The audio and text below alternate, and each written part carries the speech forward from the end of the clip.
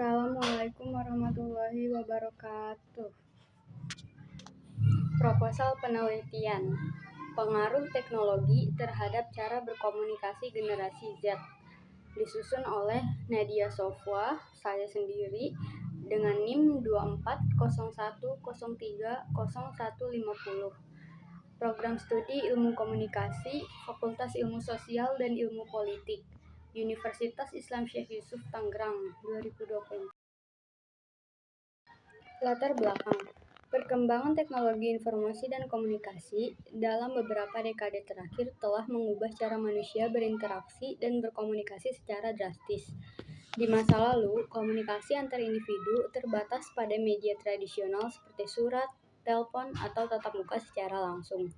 Namun, dengan hadirnya internet, ponsel pintar, dan aplikasi berbasis teknologi, cara kita berkomunikasi kini telah memasuki era yang serba digital dan instan. Bagi generasi yang lahir di akhir, pertengahan, bahkan bersamaan dengan masa-masa kejayaan teknologi generasi X, Y, dan Z. Komunikasi didefinisikan sebagai usaha penyampaian pesan antar manusia. Komunikasi sering dikaitkan dengan kehidupan bermasyarakat, di mana setiap orang saling berhubungan antara satu dengan yang lainnya. Dengan demikian, maka dalam upaya mendidik karakter generasi Z, selain pengenalan terhadap kekhasan generasi Z, dibutuhkan pula apa yang namanya kehadiran untuk mendengarkan apa yang menjadi pergumulan generasi Z. Generasi Z adalah golongan yang dilahirkan tahun 1995 hingga 2010. Generasi Z adalah generasi teknologi. Generasi Z juga disebut dengan generasi A generation, generasi net atau generasi internet. Mereka memiliki kesamaan dengan generasi Y, namun mereka mampu mengaplikasikan semua kegiatan dalam satu waktu. Sejak kecil, mereka sudah mengenal teknologi dan akrab dengan gadget canggih yang secara tidak langsung berpengaruh terhadap kepribadian mereka. Rumusan masalahnya, bagaimana pengaruh teknologi tentang cara berkomunikasi generasi Z. Dan adapun tujuan penelitiannya, yaitu untuk mengetahui bagaimana teknologi mempengaruhi cara komunikasi generasi Z. Dan teori 2.1 Teknologi. Teknologi berasal dari bahasa Yunani, yaitu teknologia. Tekno yang berarti seni, keahlian, kerajinan, atau keterampilan. Sedangkan logia berarti kata, studi, tubuh, ilmu pengetahuan. Kata teknologi secara harfiah berasal dari bahasa Latin texere yang berarti menyusun atau membangun, sehingga istilah teknologi seharusnya tidak terbatas pada penggunaan mesin.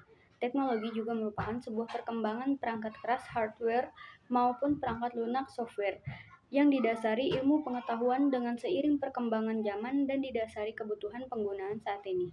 Dengan berkembangnya teknologi, yang dulu kita mengerjakan sesuatu masih dengan cara manual, misalnya surat menyurat, membuat laporan keuangan, dan lainnya kita masih manual.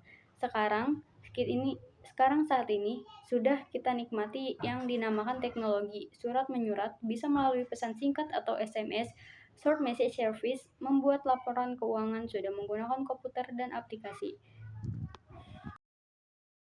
2.2 Komunikasi.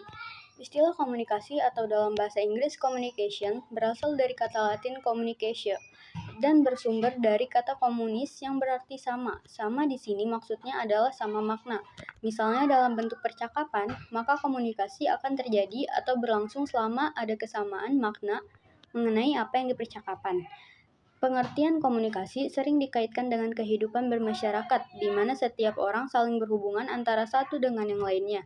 Dengan melakukan komunikasi, berarti bahwa setiap manusia memberikan suatu aksi yang direspon dengan sebuah reaksi. Komunikasi yang efektif adalah proses pertukaran ide, pemikiran, pengetahuan, dan informasi.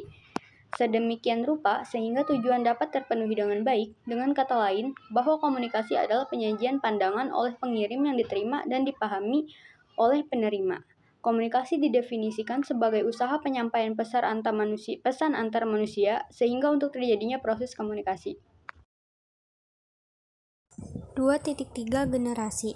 Menurut Mannheim, segenerasi adalah suatu konstruksi sosial di mana di dalamnya terdapat sekelompok orang yang memiliki kesamaan umur dan pengalaman historis yang sama. Lebih lanjut, Mannheim 1952 menjelaskan bahwa individu yang menjadi bagian dari suatu generasi adalah mereka yang memiliki kesamaan tahun lahir dalam rentang waktu 20 tahun dan berada dalam dimensi sosial dan dimensi sejarah yang sama. Dalam beberapa tahun terakhir, definisi generasi telah berkembang. Salah satunya adalah definisi menurut Cooper-Smith 2000 yang mengatakan bahwa generasi adalah sekelompok individu yang mengidentifikasi kelompoknya berdasarkan kesamaan tahun kelahiran, umur, lokasi, dan kejadian-kejadian dalam kehidupan kelompok individu tersebut yang memiliki pengaruh signifikan dalam fase pertumbuhan mereka. Generasi Z atau disebut juga A Generation, generasi net, atau generasi internet, mereka mampu mengaplikasikan semua kegiatan dalam satu waktu. Contohnya, bermain Twitter dengan ponsel, browsing dengan PC, dan mendengarkan musik menggunakan headset. Apapun yang dilakukan, kebanyakan berhubungan dengan dunia nyata. Sejak kecil, mereka sudah mengenal teknologi dan akrab dengan gadget canggih yang secara tidak langsung berpengaruh terhadap kepribadian mereka. Metode penelitian, jenis dan desain penelitian. Jenis penelitian ini adalah penelitian kuantitatif. Teknik pengambilan data pada penelitian ini adalah dengan menggunakan survei. Instrumen pengumpulan data yang digunakan pada penelitian ini adalah dengan menggunakan kuesioner angket. Populasi yang digunakan dalam penelitian ini adalah generasi Z. Populasi dan sampel. Populasi dalam penelitian ini adalah para generasi Z yang jumlahnya tidak diketahui dan dapat dikatakan dalam kategori tidak terhingga. Sampel yang digunakan adalah generasi Z dengan menggunakan teknik non-probability atau juga disebut non-peluang.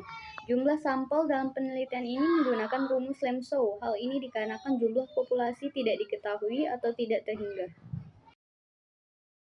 Teknik pengumpulan data. Teknik analisis data yang digunakan dalam penelitian ini meliputi reduksi data, penyajian data, dan penarikan simpulan. Reduksi data yaitu menyederhanakan data yang diperoleh dari hasil referensi dari buku dan jurnal untuk mendukung teori dan landasan penelitian.